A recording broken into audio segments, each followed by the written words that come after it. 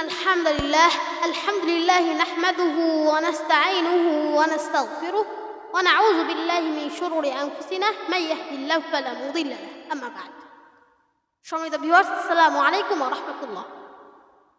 ইতিপূর্বে আপনাদের সামনে আমানতদারিত্ব সম্পর্কে কিছু গুরুত্বপূর্ণ আলোচনা রেখেছিলাম। আজকে আরো কিছু গুরুত্বপূর্ণ আলোচনা রাখবো ইনশাআল্লাহ।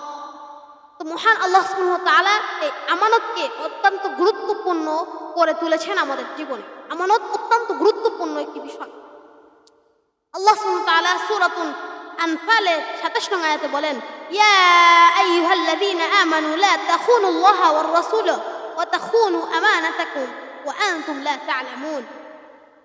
আল্লাহ সুবহানাহু ওয়া তাআলা বলেন, ইয়া আইয়ুহাল্লাযীনা আমানু লা তাখুনুল্লাহ, হে মুমিনগণ তোমরা আল্লাহ ও তার রাসূলের আমানত খেয়ানত করো না।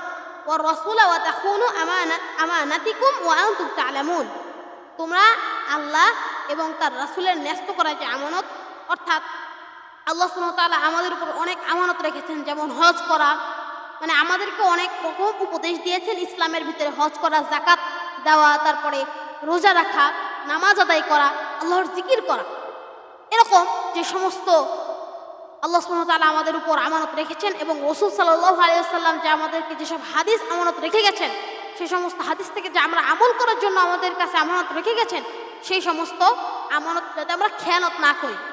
আল্লাহ সুবহানাহু ওয়া তাআলা তারপরে বলেন, ওয়া আনতুম তা'লামুন, অথচ তোমরা এর গুরুত্ব জানো। অর্থাৎ আমরা যদি কোরআনকে ভালোভাবে বুঝি এবং হাদিস থেকে আমরা উপদেশ গ্রহণ করি, তাহলে আল্লাহ সুবহানাহু ওয়া তাআলা এখানে বলেছেন যে তোমরা আমানতের গুরুত্ব বুঝো, অর্থাৎ আমানতের যে কতটা গুরুত্বপূর্ণ সেটা আমরা বুঝি, আল্লাহ সুবহানাহু ওয়া তাআলা সেটা বলেছেন।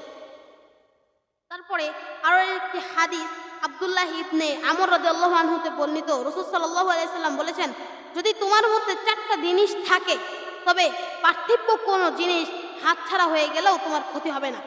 1. আমানতের হেফাজত, সদা সত্য ভাষণ বা সদা সত্য কথা বলা এবং উত্তম চরিত্র, পবিত্র রিজিক। অর্থাৎ আল্লাহ সুবহানাহু ওয়া তাআলা আমাদেরকে সত্য কথা বলারও কিন্তু অনেক নির্দেশ দিয়েছেন। তারপরে আমানতদারিতা, যেটা নিয়ে আমরা আলোচনা করছি, তো মুহাম্মদ সাল্লাল্লাহু আলাইহি সাল্লাম বলেছেন যে 4টা জিনিস যদি তোমার হাতে থাকে বা 4টা জিনিস যদি তোমার মধ্যে থাকে, তাহলে তোমার যদি কোনো অসাফল্য আসে তাও তোমার চিন্তার কোনো বিষয় নাই। কোন 4টা জিনিস?